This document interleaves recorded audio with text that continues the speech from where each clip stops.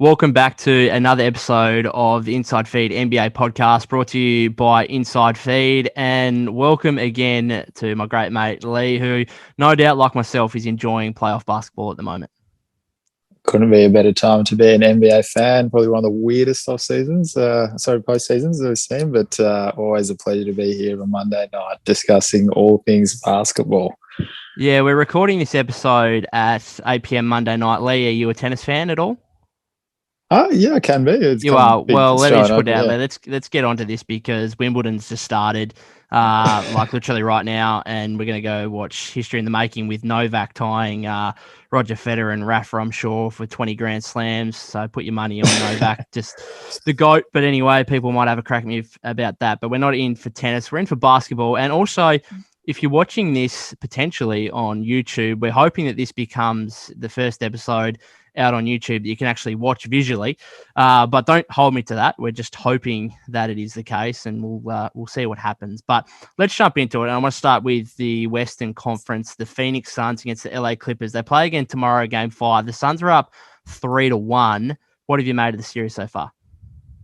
Very much went probably how we thought it would. We discussed last week just how complete of a team the Phoenix Suns were, and I was a bit hesitant towards them. I thought they were getting a lot of lucky breaks, but the way that they're playing, particularly when Chris Paul is out, and campaign the resurgence of him and the leader, the Devin Booker is, and yeah, just how resilient they are. I mean, they look like a veteran team out there. Some players, particularly when it gets scrappy out there, you expect like younger teams to lose head and like some of the calls and everything like that as well.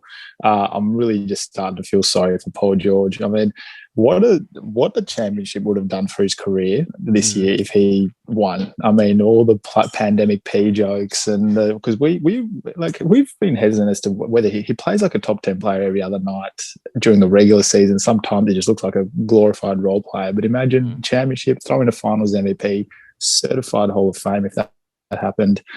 Clippers' first championship, and we'll definitely see him as that person. So I'm actually starting to feel sorry. Those free throws, and yeah, he scored 30 plus like every second night, every second game, but they played a lot of basketball. But he just can't seem to catch a break. But I think it's just the great basketball. If you're a fan, you've been rampant. They're your new team for the time being, and I'm sure you're a happy man with the Suns only one game away from the NBA Finals. Yeah, it's still crazy. I was listening to Bill Simmons' podcast on the way home from work, and he did say, like, he wondered whoever wins this championship, is it going to be like the worst championship winning team of all time? Or worst is probably a bit stiff. I think he more said the least impressive kind of thing.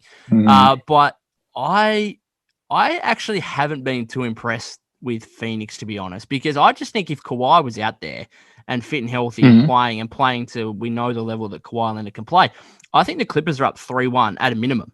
And if not, they've already won the series in a sweep. Like, these games with CP3 being healthy as well? Yeah, no, with CP3 if CP3 wasn't out with COVID, I think it's still Clippers 3-1. Like, genuinely.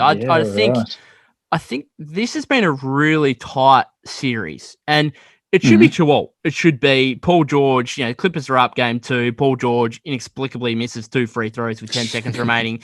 Ayton gets the most incredible dunk at the end of the game with less than a second on the shot clock. Like, what? Yeah, like, how does that happen? And like, that's a game the Clippers should win, and it should be 2-2 right now. It just should be. So I just think with Kawhi there, I think the Clippers are up 3-1. They had their chances to go in front and win in Game 4 as well.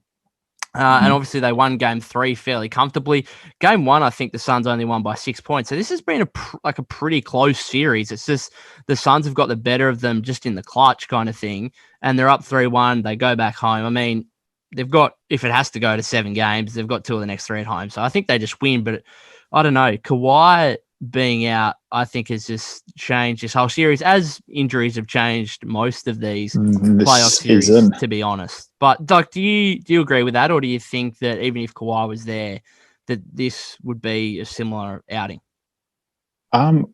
Tyler's coaching. We were joking about how he waits until 0-2 to make adjustments, but the adjustments when he put Mann into the starting lineup as well, and Terrence Mann, and just how incredible. Yeah, I didn't know how two-way of a player he was. Saw some big defensive plays. So we both had it going to 7, I think, from memory. But I reckon both teams healthy. I still would have gone Suns though. I think I don't know whether it's from my distrust of the Clippers or Reggie Jackson keeping this up, which I didn't Reggie suspect. Jackson's been good, and like that's the thing for me right now is it's literally an inefficient Paul George, Reggie Jackson, and like Pat Beverly just hounding Devin Booker against Booker, CP3, and a really impressive DeAndre Ayton. And I just think it's too much firepower from the Suns. They're too deep. They've got Campaign coming off the bench, giving you 27 in game 2 in CP3's place. What is that? What is that about? Like, I don't understand it. You've got Mikal Bridges playing pretty well. Crowder's playing reasonable basketball. They're just too deep for mine. And the person I really want to talk about, because I think he's far and away the MVP of this series, because CP3's been reasonable in his 2 games, but not, nothing out of the ordinary. And Devin Booker, the last 3 games, obviously had that 40-point triple-double game 1, but Patrick Beverley's done a massive job on him in the last 3 games. Hounding him, yeah. DeAndre Ayton, like clearly the MVP of this series.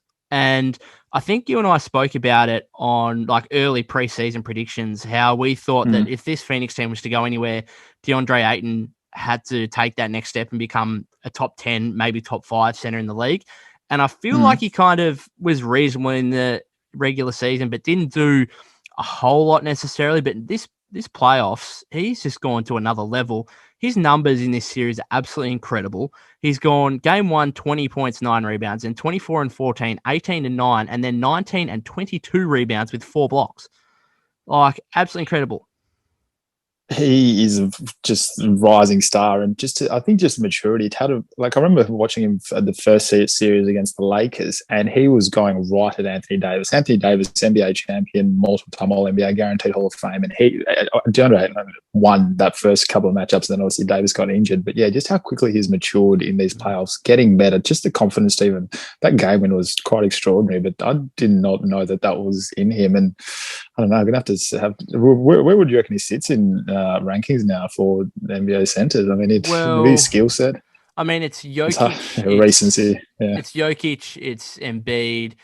I mean, yeah, it's recency bias. I'd still like him to put this together for a whole regular season, because his stats over this regular season weren't overly impressive. Like, they were decent, but they weren't anything out of the ordinary. Certainly not to the level that he's doing this year. And I will say, I don't think Zubac is doing a bad job for the Clippers. I think he's actually been okay. I know Aiden's putting up great numbers, but I think he's playing okay. It's just the fact that they have to play him for 30 minutes a game. Because in an ideal world, the Clippers are going small ball, playing like Batum or Marcus Morris at the 5.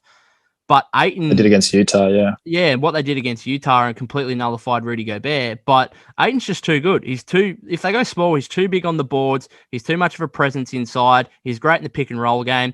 And he does everything that a center needs to do at an absolute elite level. As in, I don't want to turn this into a Warriors thing, but James Wiseman, I look at James Wiseman and I think if you're going to stay with the Warriors, next season, if you don't get traded during this offseason, which I think he's a 95% chance to stay on the team. So if I'm him and I'm the Warriors coaching staff, I'm just telling him, I'm just like, all right, this is what you need to do. You need to train, and then you need to sleep, and then you need to watch like 5 hours a day of DeAndre Ayton. That is all you need to do. Because Wiseman had a disappointing season, that's for sure. But the upside of him and what we saw talent-wise was like, all right, this guy can handle the ball a bit in transition. He can shoot the 3 ball. Like, that's great. That looks cool. But that's not what the Warriors need him to do. The Warriors need him to do what DeAndre Ayton is doing for the Suns, and that is be what a center is supposed to be. That is, be a rim protector, rebound the ball, get in the right position to do that, defend without fouling, be a offensive threat in the pick and roll. DeAndre Ayton doesn't handle the ball. He doesn't shoot the ball from 3. He's got a little bit of a mid-range. A little bit of a mid-range every now and then. But other than that, he's a lob threat, he's a rim protector, he's a massive rebounder, and he finishes well around the rim. Like, it sounds pretty simple, doesn't it? It's like, that's what a center should be doing. But he just does all the simple things at an elite level. And I mean, from a Warriors fan, I'm just looking at James Wiseman and just being like, you just need to become DeAndre Ayton in 2 seasons. Like, this is Ayton's 3rd season. Obviously, Wiseman, this is his rookie season. Just 2 seasons' time, in 2 years, you just need to be DeAndre Ayton. But that's just me. Well, Well, no, what you've just said about just being elite at a lot of things, I think you and I discussed just how beautiful the basketball the Suns play, and I think they've just got this almost old school. Chris Paul's like a traditional point guard. Yeah. DeAndre is a traditional center in the wing. So, yeah, maybe I want to just claim this. Start of this season, like I said, this is going to be a bigs league, and I kept saying, reiterating that, and. Jokic wins MVP, Embiid's second, so the top two there. And now you're looking at a Western Conference Finals, and yeah, DeAndre Ayton, I think, is by far and away been the best player in this series. So I'll give that one to you. I'll give you some credit there. Do they get up tomorrow, or do the Clips get one more in them? No, I think they win. I'm just more interested. So moving forward, did you hear what Skip Bayless had to say about Kawhi Leonard? Because it seems like it's a really similar situation to what happened in San Antonio, where this is a direct quote from Skip Bayless, right, in regard to Kawhi Leonard, because he's again been ruled out of Game 5 tomorrow. So Skip Bayless, direct quote, said, "I've been told by a very good source that the first issue became Kawhi was unhappy with the Clippers' medical staff because he felt that they, early on, misdiagnosed and underplayed the extent of this knee injury. I was also told when this happened that he's gone. He's going to need some type of surgery. I'm not sure what the extent of that is, but he's going to need surgery. So he's out for the rest of the playoffs, but they don't say he's out because I don't think they're talking. So there's no communication between the Clippers injury management or physios, doctors, whatever, and Kawhi. Hey. And is it just weird, or did you see Kawhi in the crowd in Game 4? Just nonchalant, just everything. Why is he in the crowd? Why is he in the crowd? How about you get on the bench and support your teammates? What the hell are you doing? It's one of the weirdest human beings, I think. But does that not annoy you? If you're a Clippers fan, does that not annoy you? Well, he is the Clippers. Like, it's from what we've seen in the offseason. He said, go get Paul George, trade all this stuff. And remember the list of demand that he was making for the teams that wanted him as well. So that's, for a man that is a franchise, you'll be fuming as a fan. Well, if you want all these things, how about when you're out injured, you actually just sit on the bench and support your teammates? Like, everyone else does that, don't they? Except you're up in the stands like you're just a random fan or something. What is that about, please? I'm just super interested to see what he does. If he's lost trust in the medical staff at the Clippers, is this going to be another situation where he just forces himself out? Well, he doesn't even need to force himself out. He can become an unrestricted free agent. So super interesting to say. I just want to ask you before we kind of move on, a couple of things. First thing is, how do you assess, you spoke about him briefly before, how do you assess Paul George's series thus far? Disappoint. Like, it's so much to gain, but also so much to lose as well. I reckon if he puts in another Paul George, and we've seen his elimination game stats, they're really not what they are. So I think he's disappointed a lot of people. And it's kind of, maybe this is just who he is. Maybe I think this was his one chance to prove people wrong. Maybe this is just who he is. I don't know if he can be the best player on a championship team. Maybe that's just a great. Yeah. Why? I don't think he can. I don't think he Mm-hmm. can be the best player on a championship team. I want to give him some respect for one thing, and this kind of shouldn't be necessary. And some people think I might be taking the piss here, but after what we just saw with Ben Simmons, I'm being flat out serious. So Paul George is not playing his best basketball. He's very inefficient.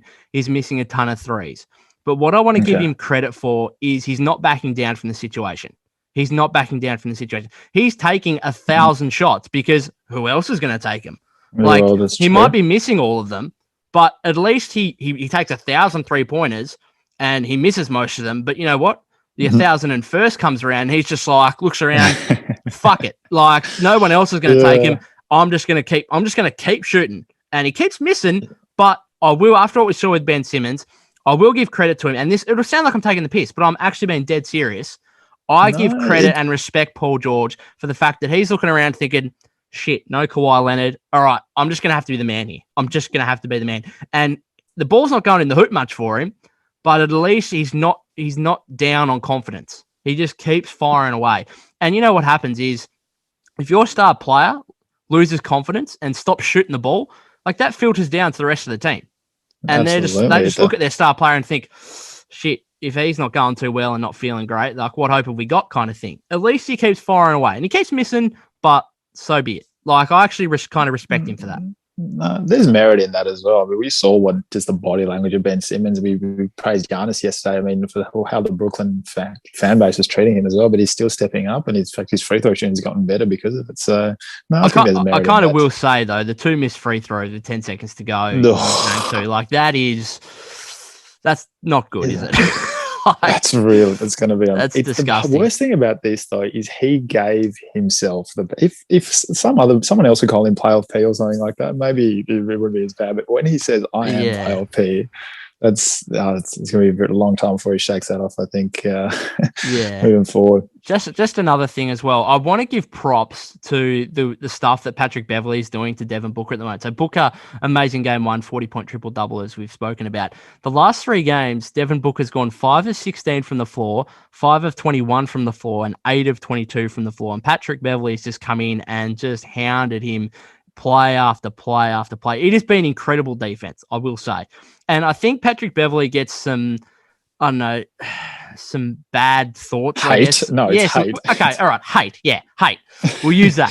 he gets some hate because people think he's just not necessarily a great defender. It's just the antics that kind of go on that he tries to make it look like he's a great defender. He's been a great defender this series. He has. And there's a lot of antics that come with it, and there's some flopping and shit like that. But he has been a good defender. You have to just look at the field goal percentages of Devin Booker in these last 3 games. He's been a fantastic defender. But I want to move on if the Suns do win this series, because I kind of look at that and think, can Drew Holiday do a similar thing?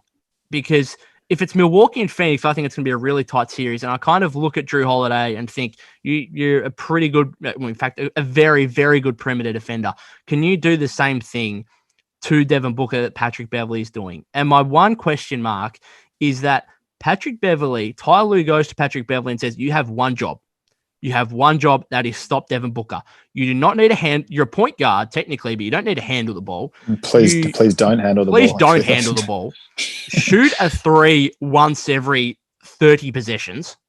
Like, doesn't really shoot the ball or look to do anything offensively. Like, he's got one role, that's stop Devin Booker. Drew Holiday, on the other hand, if it is a Phoenix-Milwaukee series, Drew Holiday does have to handle the ball. He does have to shoot the ball. He does have to play offense. So will Drew Holiday be able to have the energy to do what Patrick Beverley's doing? That's my question mark. I don't want to, go too much forward into, a potential final series, but it is a thought that I'm having watching these games. Pat Beverley is, I think, no matter what sport you watch, any team sport, he's the epitome of a bloke you just hate to play against. But gee, if he's on your team, he's going to get the best out of him. And that's how the Clippers made them, like, hype or anything like that back in before they got Kawhi. Is that these tough, gritty people who did their one thing and just did exceptionally well. And maybe that is their success. But he's so out of control. And when he injures a player, how he runs into, I hate him. I hate him as a player. So can we just acknowledge you hate him, but you respect the defense he's playing on Devin Booker in this series?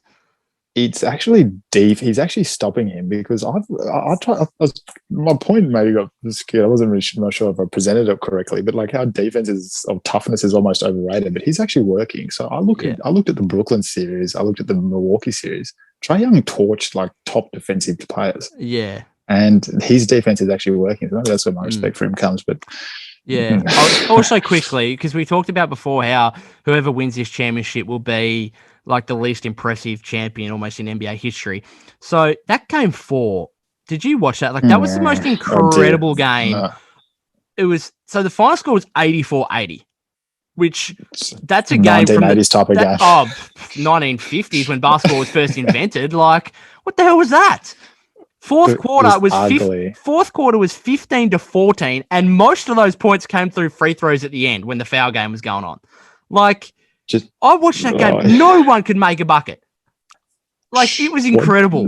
And do you put that down to, like, great defense, which Patrick Beverley's a part of, or do you put it down to, okay, just neither of these teams are good enough offensively, that in pressure clutch situations, they're just not making buckets?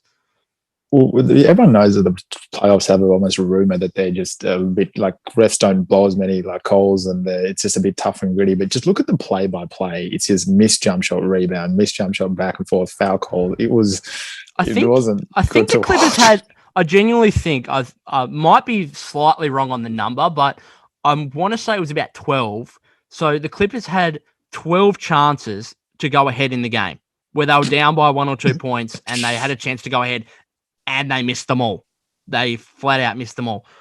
84-80 with a 15-14 fourth quarter. Like, I get that maybe it was some tough, rigid defense, but it wasn't that much. Like, just put the ball in the hoop. There. Come on, guys. Devin Booker, Devin Booker fouled out with a couple of minutes to go. Oh, well, that's true. So that was interesting. But yeah, I just, it's hard to kind of analyze how much of it is, okay, good defense, tough playoff basketball, or how much is it these teams just aren't very good. Like, well, defense is so hard. At least if someone's a scorer, they're just going to, you look at how many points they put up. But defense, it's been really weird for me to almost judge this postseason because I go to Trae Young, I look at Devin Booker. I mean, the Clippers are supposed to be, we looked at Luka, like in the early series. There's Kawhi and PG on the court and he's averaging 40. Yeah. So, it's anyway, Anyway, let's move on to the Eastern Conference. So, I don't know how much you followed the game today, but the Hawks led for the majority of the game. They had a 15-point lead in the first half. I think they had a 7 or 8-point lead in the fourth quarter. And in the last 5 minutes, just choked the game out. Trae Young got injured late in the third, which could turn the series on its head, really. But I just feel like that was a game that the Hawks had to win for them. At home. Yeah, at home for them to win this series. And they just blew it. And I think the series is over, flat out. Trae Young, he is the Atlanta Hawks. He's such a, the way he orchestrates a team there. And for it to be, if they lose it because he stepped on a ref's. Yeah, that's the other thing as well. Like, you can get an injury, like, from a flat out basketball player when you're going to the rim or something like that, whatever. But stepping on a ref's foot, like, really? We don't need that. That sums up these playoffs. But listen, when I saw that happen and saw them get back in front, I thought, this doesn't look good. The Atlanta Hawks look completely different. But I just want to turn this into a Trae Young praise party for a second. Do you reckon he's the best point guard in the East? There's Kyrie Irving's obviously there. Well, Kyrie's just injured too much, so I just can't say. Are we calling Harden a point guard? Well, he is. Harden was a point guard. And, right now, Harden's been in the league for 12 seasons maybe? Maybe not that much, like a decade. Let's just say a decade, give or take. Trae Young's been in the league for 3 seasons. Trae Young's already a better playoff performer than James Harden. Like, he is. Is James Harden the better player overall? Yes. But as a playoff performer, this is Trae Young's first playoff, so he's already better than James Harden in the playoffs. This has, as a playoff debut, no second star. So Bogdanovic is supposed to be his second star. Not really. Bogdanovic is on one leg. I don't really rate him as is, and he's on one leg. He shot 3 of 16. The coaching of Nate McMillan, I don't know why Bogdanovic is out there as much as he is. He just shouldn't be because he's on one leg and he's just doing nothing.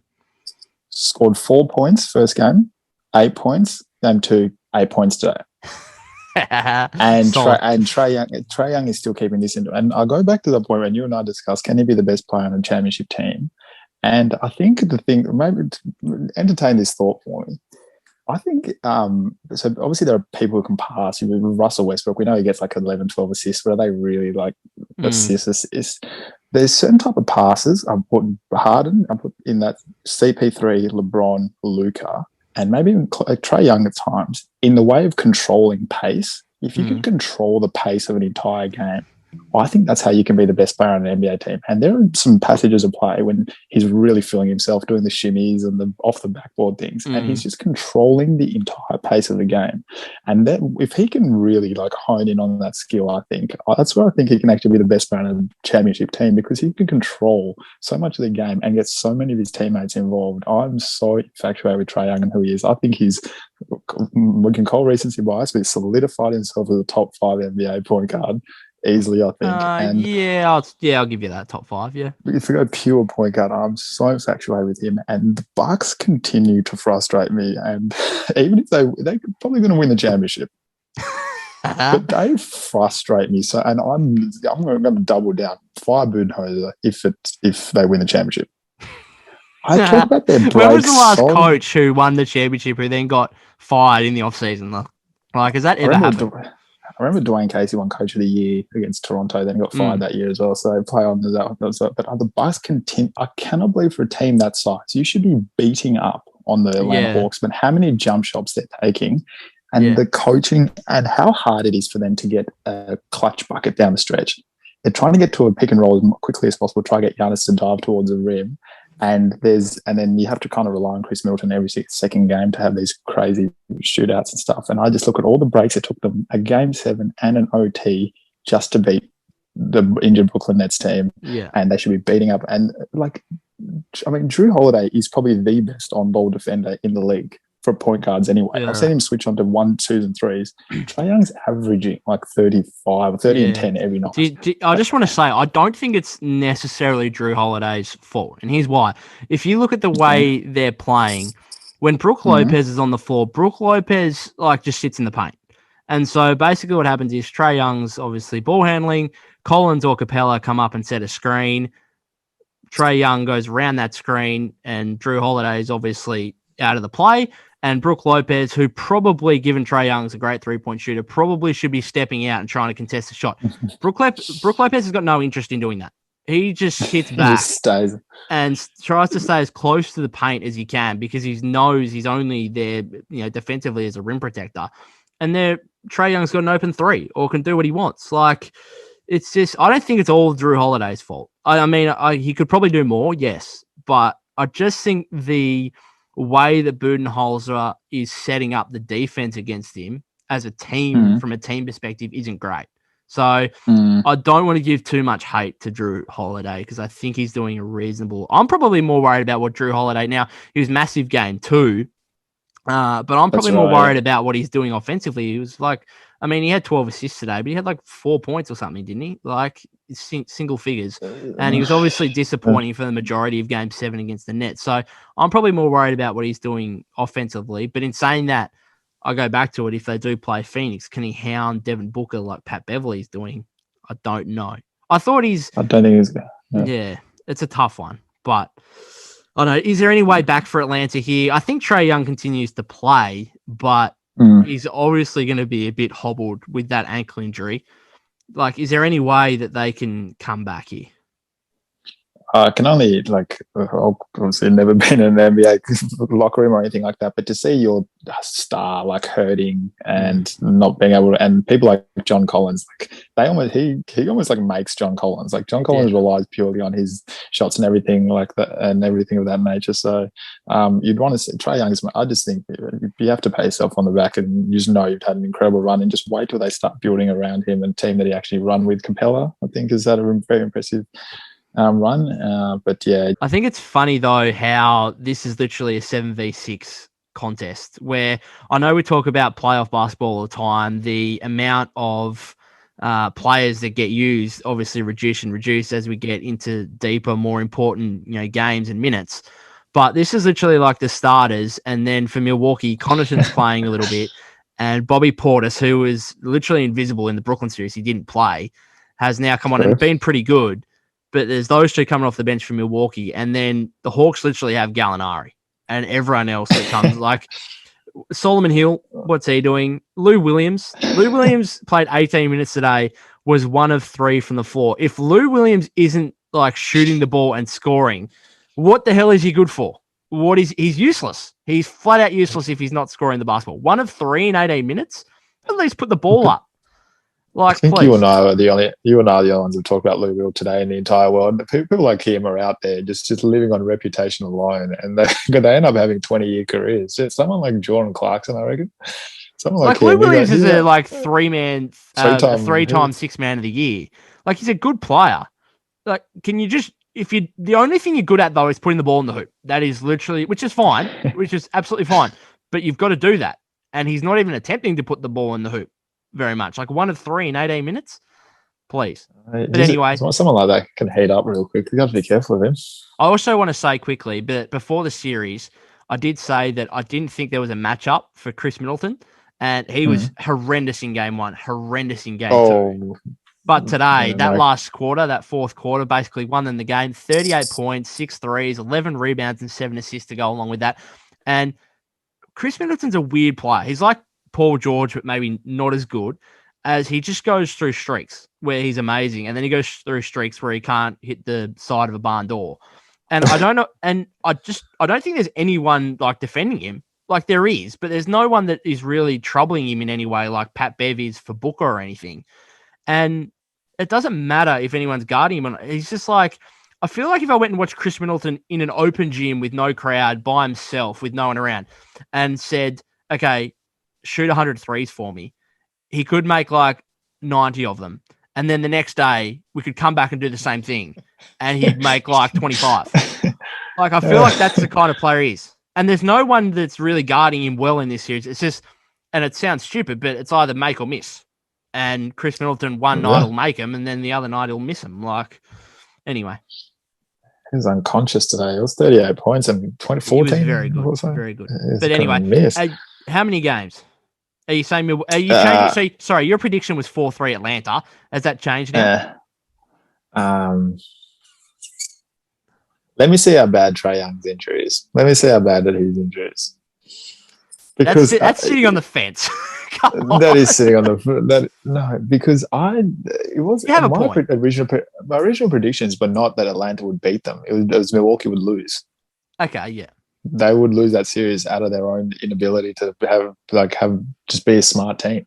I think Charles Barkley said. Does that mean regardless of who Atlanta have out on the floor, that Milwaukee will lose the series? So what you've technically said is it doesn't matter what happens to Trae Young. Milwaukee will lose it anyway. It's not up to Atlanta. No. I'll be reasonable for now. I just want to be right for a bit though. I had you worried for a second though. After that game one, after that, yeah, they were impressive. I was very surprised. But yeah, for me, I think it's all over Red Rover, and I think it's 4-1 Milwaukee. That's my thought. Yeah, their confidence is up, absolutely. Anyway, next up, we'll get into a bit of trade talk. It kind of gets going this time of year, which is absolutely fascinating for anyone that isn't a fan of these four teams left. And I'm super excited for what we're about to see in the next couple of months with trading, free agency, drafts. We're going to talk a bit of Ben Simmons, Damian Lillard, and the draft lottery next. I often think that my sporting knowledge is unmatched, and that's why I do like to have a little dabble in the punt here and there. So if you like me and have that similar attitude, then go check out PlayUp. They've got a great range of markets and promotions across a heap of sport around the world. So check them out at playup.com.au, and remember to gamble responsibly. Well, as NBA fans, we get 3 seasons. We get the regular season, postseason, and then the off season. And already the Ben Simmons rumors are flying amok. Man, Stephen A. Smith has come out and said Ben Simmons, Golden State Warriors is the next thing. So as a Golden State man, I know you've got the tattoo to prove it. What do you think about Ben Simmons putting on a Golden State jersey next year, and who is in that lineup with him, if at all, if that could even happen? Yeah, I don't know, to be honest. It just fascinates me because the Warriors have the assets to be able to get like a Ben Simmons, I feel. But how well does he actually fit with the team? And here's like the problem is, so Wiggins goes out for Simmons, and then obviously, the majority of the league would suggest that Simmons is a much more valuable player than Wiggins, although Simmons was absolutely horrendous in that playoff series, and Wiggins had a pretty good year, kind of rejuvenated himself as like this 3-and-D guy, 38% from three-point range. You know, probably just missed. If there was a fourth team All-NBA defensive, he's probably on it. But I'm just not sure Warriors fans actually would want Simmons over Wiggins. So there's a consensus that Simmons is worth more than Wiggins, and therefore any potential trade for Simmons would have to be Wiggins plus probably the 7th and the 14th picks. But I'm not sure Warriors fans, and it's factual. There's a poll up by one of the Warriors pages saying, would you want to trade for Ben Simmons? There was about 5,000 votes, and the options were absolutely nope and depends on the package. And 55% of them said absolutely nope. Like not at all. 12% said, yep, absolutely, want to trade for him.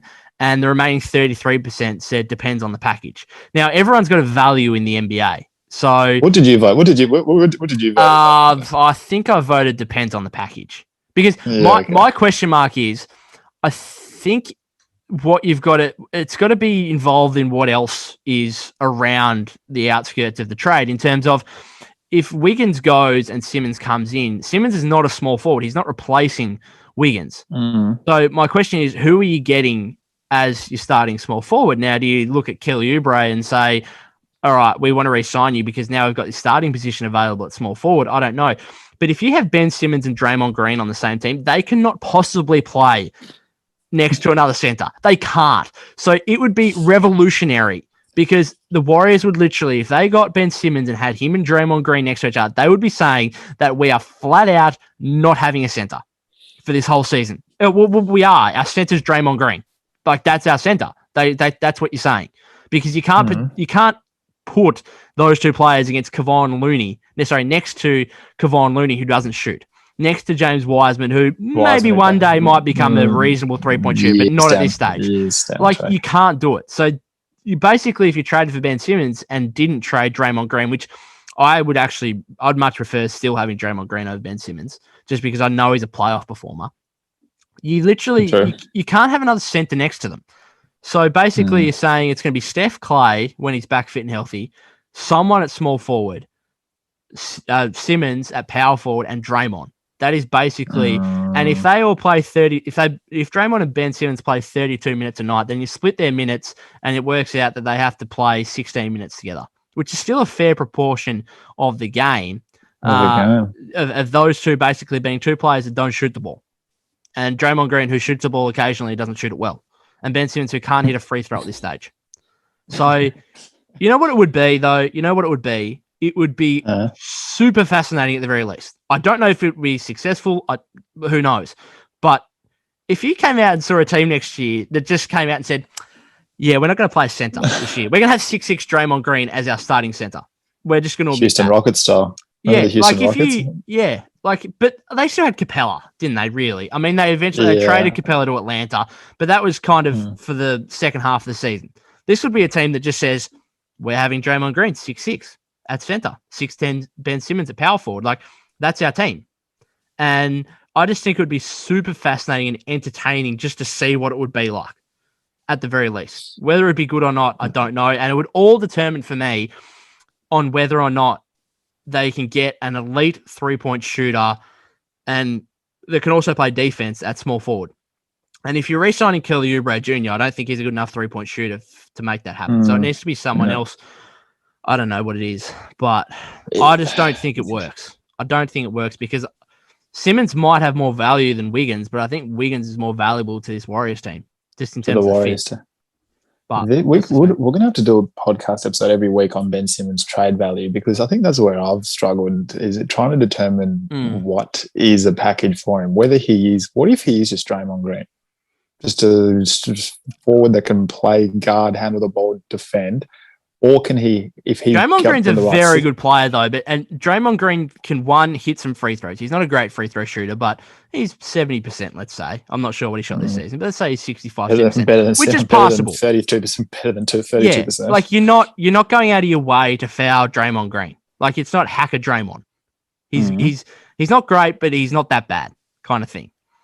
As Ben Simmons, this is like hacker Ben Simmons in the playoffs. It's like... It's a thing. And Draymond's not scared. He's not scared. If there's one thing, he might lack some offensive talent. He's not scared. He's a proven playoff performer.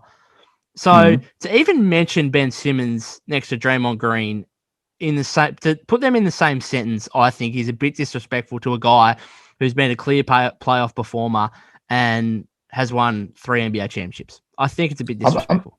I'm talking about that's a Swiss Army knife that you can just play. I've seen Draymond run the offense. I remember that game 7 against Cavs where he scored 32 points. I've seen him defend 1 through to 5. So I think that's what I was alluding to as well. But then I also, some nights when I do see Simmons, I talk about that 42-point game against Utah. I watched that. So I watched the highlights of that last night, flat out. Because I was just like on YouTube and I was like, let me just see like the latest Ben Simmons things. And I was flicking through and I was like, there's this Jazz game where he has 42 points and like 12 rebounds and 9 assists. Yeah. Rudy Gobert, defensive in Utah as well. In Utah. Like, how does that happen? He looked like genuinely Giannis, downhill aggressive, but then some nights he's so passive. So trying to figure out his trade value. And I think Philadelphia are in such a tight window, because I think what's going to haunt them is the fact that there was a James Harden trade on the table. Yeah. Not as much as Miami and Tyler Hero, but James Harden was there on the table ready to go. And so if you didn't, Well, if you didn't want to trade him for that, you're not going to trade him for, because I see CJ McCollum is the one I'm seeing. Zach LaVine every now and then I see in rumors. So you don't want to do that. But then at the same time, you have to consider how many more elite Joel Embiid years are we definitely going to get? You and I discussed this last year, how we almost have to go for broke every season. So it's not black and white, and it's going to be a very interesting off season. And I think the plan has to be, if you're Philly, to have him in the gym shooting daily, but then calling every team and saying, "What have you got? Yeah. What can you do for?" I don't even think you have to. I don't think you even have to call teams. I just think you have to put the thing out there, not publicly, but at least go around to every team and just say, for the right price, Ben Simmons is available. He's available for the right price. Maybe that's and then better said. And then just see what comes your way, because as soon as you say we want to get rid of Ben Simmons, then your negotiations just fly out the window and his trade value. Well, you've lost all your bargaining power. You have. So but you do agree that Philly have to. Do you think they have to do something dramatic? Like I'm adamant they have to do something dramatic this whole season. It depends if I don't know how many. My thing is, you can put Ben Simmons in a gym. You can take him to a sports psychologist. I just want to know why it's going to be different. Why it's going to be different next season when he's already had 3 or 4 seasons to practice his free throw shooting and his shooting in general in the off season.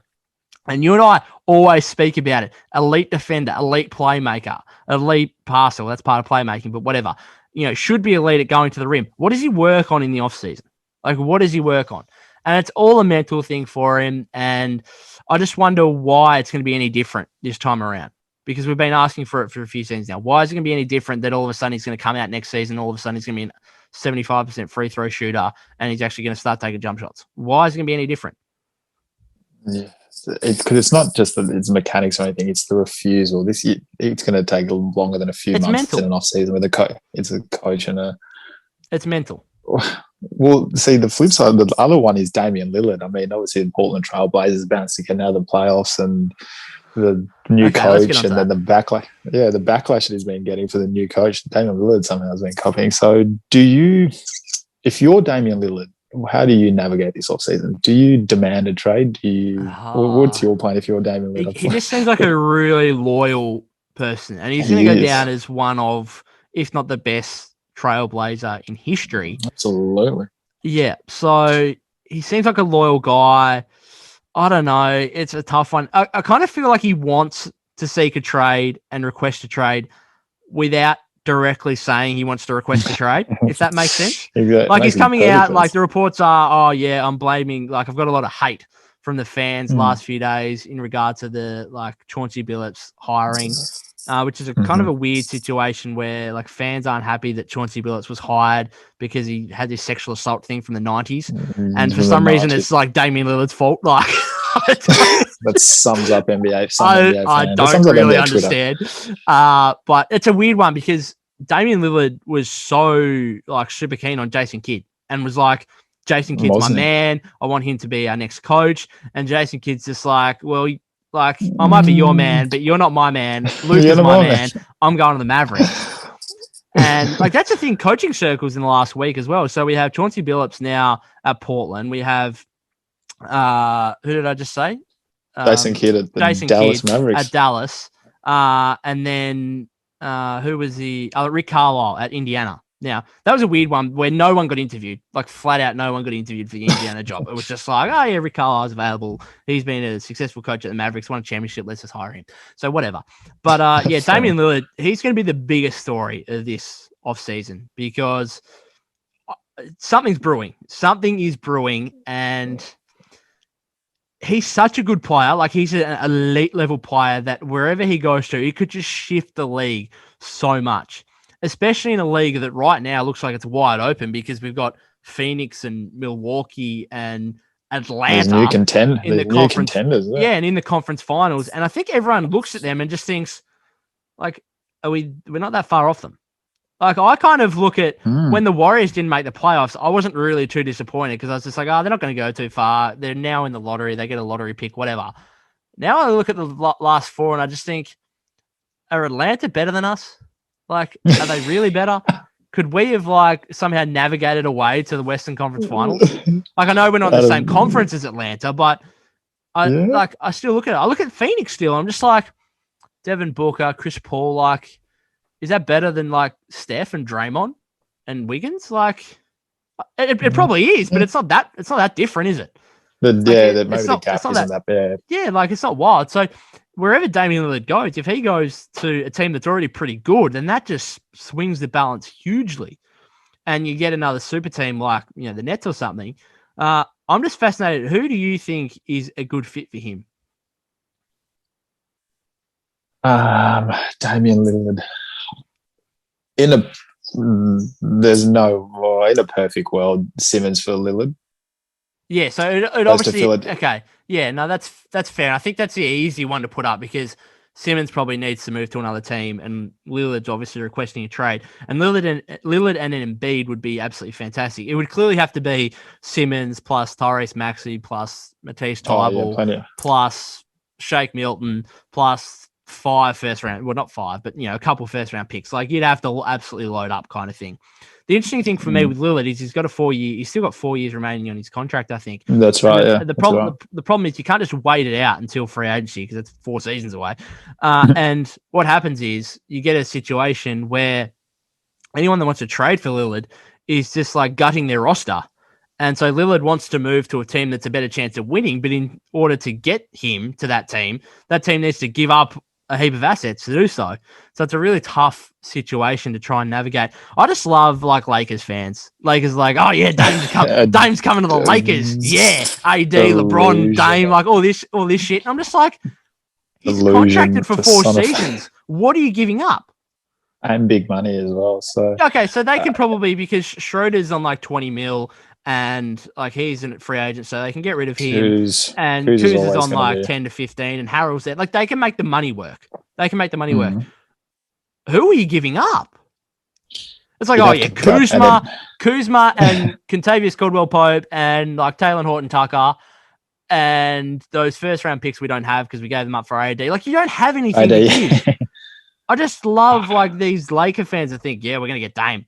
In what world? It's the same with the Knicks as well, because I think Dame would be fantastic on the Knicks. I genuinely think Dame would be fantastic on the Knicks. The problem with the Knicks is the same issue where they had a great season, led by Julius Randle. So you're not trading Julius Randle. You want to pair Dame with him. What are you giving up? What else? Is worse than Dame. You've just got a heap of picks. You got a heap of picks. That's all you can give. Like RJ Barrett has to be involved in it. It has to be RJ Barrett and a heap of picks. Because RJ Barrett's realistically the only player on their roster with any value apart from Randall, and obviously you want to keep Randall. Keep Randall for as much as you can. If I'm Lillard, I demand a trade. Sure, the loyalty is amazing and stuff, but the losing just has to take a toll after a while. I remember someone saying years ago that the reason why the West teams are better than the East teams is they're just better managed. And Portland is just one of those teams that's just not managed well. So I would demand. I think it's time for them to. Because obviously this isn't working. And if I was them, I'd just be like, we just gut the whole team. Like I look at New Orleans. Would you trade, if you trade Lillard, would you trade CJ McCollum as well? As in like in a separate trade, they don't have to go to the same team, obviously, just into another team. Like really gut it. I look at New Orleans and how they handled the Anthony Davis trade. I think they did perfectly. They just gutted the Lakers and pretty much got what we thought would be the call for the next 10, 15 years. So I'd find an Eastern team. I wouldn't trade into the West, and I would just gut them. Absolutely make sure and to rebuild Portland because this isn't working. And then a new coach, but this isn't working no more. I would genuinely. So I'm going to answer my own question. If I trade Dame, I'm trading CJ as well. I'm just going all out, like just having a fire sale, not a fire sale because. That's you think that a fire sale to me is just getting rid of everything and anything and everything for that much. But if you're getting rid of Dame, I'd actually just be like, all right, CJ's available as well. Give me your best offers for CJ McCollum. Give me your best offer, yeah. Like just really just get rid of everyone and just do a complete reset kind of thing. So it's time for Portland, but what an off season! If this is the start of the off season, imagine all the quiet rumors now and there. Okay, so here's all right. Yes or no? Damian Lillard is playing for the Portland Trailblazers at the start of next season. I reckon it comes too much. He leaves. I think he's another jersey next year. He's not. Yeah, well, how much do we have to look forward to then? If that is your answer, super keen. If that's the start of it. Quickly before we go, draft lottery happened last week. Pistons get the number 1 pick, going to be Cade Cunningham, absolutely locked in. No question. I'm kind of fascinated about these. Like, so number 1's locked in, Cade Cunningham to the Pistons. Good fit. Killian Hayes, who was supposed to be their like future point guard. I'm not sure what happens with him, but I feel like they can play next to each other, but he's kind of just gone out the door now a little bit after a pretty poor rookie season, had some injury issues, whatever. I'm interested in picks 2 and 3 though, because pick 2 suggested to be Evan Mobley, the big man, and obviously Houston have that second pick. How does he work with Christian Wood? Do they take Evan Mobley? Like, that's fascinating to me. Do they trade down kind of thing? And then pick 3, you have the Cavs. Jalen Green is available. Jalen Suggs, both kind of guards. You've already got Sexton and Garland there. And then if Houston pass on Mobley, do the Cavs take Mobley even though they've just signed Jared Allen to a big contract? Like, they're fascinating picks to me. And then the Raptors did really well out of it because I think they're in a position where they can just take best available. The top 4 are locked in. It's Cunningham, it's Mobley, it's Suggs or Green. And the Raptors just take whoever's left over kind of thing. But the Houston-Cleveland thing is going to be the most interesting thing to me. Like, do they trade down kind of in the draft? Do they literally, like, do the Cavs say, all right, see you, Garland? Like, Darius Garland will trade you somewhere else? Like, I don't know. Do you have any thoughts?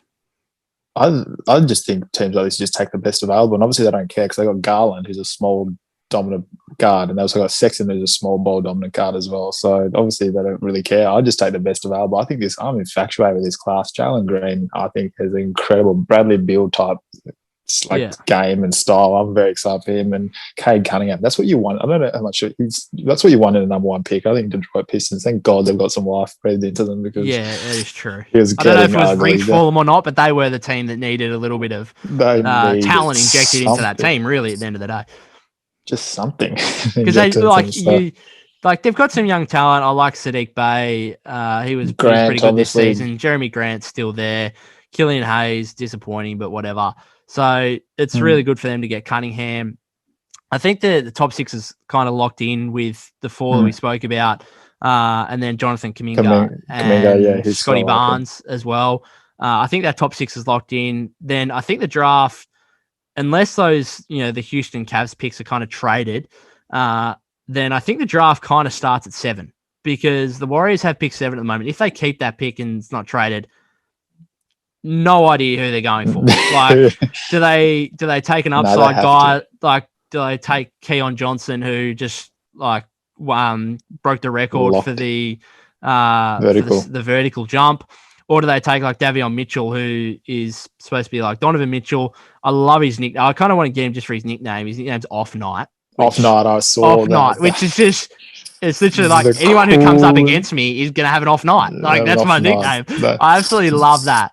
But he's been in college for like 3 years. Like, do they take him because he can just automatically, like, that's Steph Curry's backup point guard right there, and he can come in and contribute for you straight away. So super fascinating, but obviously we'll get into that and talk about that more as the draft gets closer and closer. I have one more thing for you before we go. One more right. thing. You would have seen the Team USA roster got lined up as well. You saw that they've got their pick, their 12. Deep, long, they've gone with one like true center, Bam, as well. Do you reckon any trouble these Olympics? No, I've actually spoke. So I looked at the odds the other day. America $1.17. I mean, if I had $100,000 just lying around, I'd just probably invest it and just be like, all right, well, in 2 weeks' time, I'm going to win $17,000. Kind of thing. Oof. Like, that would be what I would do if I had just a spare $100,000 lying around. Like, I just think they're the biggest locks. They should be like $1.05. Like, how do they lose? Two-way deep. The score, everyone can score off the dribble there. Yeah. Maybe if the coach is just like, we're going to take the piss and we're going to play Kevin Love for 30 minutes a game. Maybe. How did he get in, by the way? How on earth did can I just put it out there? I think this is actually an important Olympics for Kevin Love. If Kevin Love randomly comes out and plays really well, which I'm not sure will happen because I don't think he'll get enough minutes, but if he does, like, maybe there's some real blowouts kind of thing or something. Kevin Love just randomly gets like 25 minutes a game. If he plays really well, then maybe all of a sudden teams may want to trade for him or something. I don't know. But I actually think it's kind of important for him. He's been in trade rumors for a decade now. So yeah, but he's got no value. Like, no one wants to take on his contract because they just think he's not worth it. Like, if he comes out and plays like randomly well in the Olympics, maybe things change. But yeah, he's kind of the odd one out there, isn't he? How the hell did he sneak in, mate? Well, he's the odd one out because he's the worst player by far. But mate. not to be like racial here, but he's the only white guy. But he's the only one. Like, he's the only white guy. So that to be inclusive, that to show that. Yeah, it's an interesting one. Interesting one. But anyway, I feel like we should probably finish it on that point. Just before, I'm laughing now. I want to get real angry for a sec. Ben freaking Simmons, what are you doing? I spoke about it last episode, please. One chair. Now, it hasn't been confirmed that he's out, but they're the reports. And, mate, I'm pissed. In fact, if it is confirmed that he's out for the Olympics, fuck it. I don't want him at the Warriors. I don't want him. You don't want him? I flat out don't want him. He's not playing for the Boomers. It annoys the shit out of me. It will annoy the shit out of me that he doesn't want to play for the Boomers. Especially because you've got guys like Patty Mills, Joe Ingles, who, like, this is their last hurrah. They're going to be over the mountain and out of their prime and washed up in 4 years' time. When the next 4 years, when the next one comes around. Just play. Just please. Like, anyway, whatever. Let's move on and look forward to tomorrow, Phoenix, hopefully finishing off the series against the Clippers. Are you saying that's going to happen?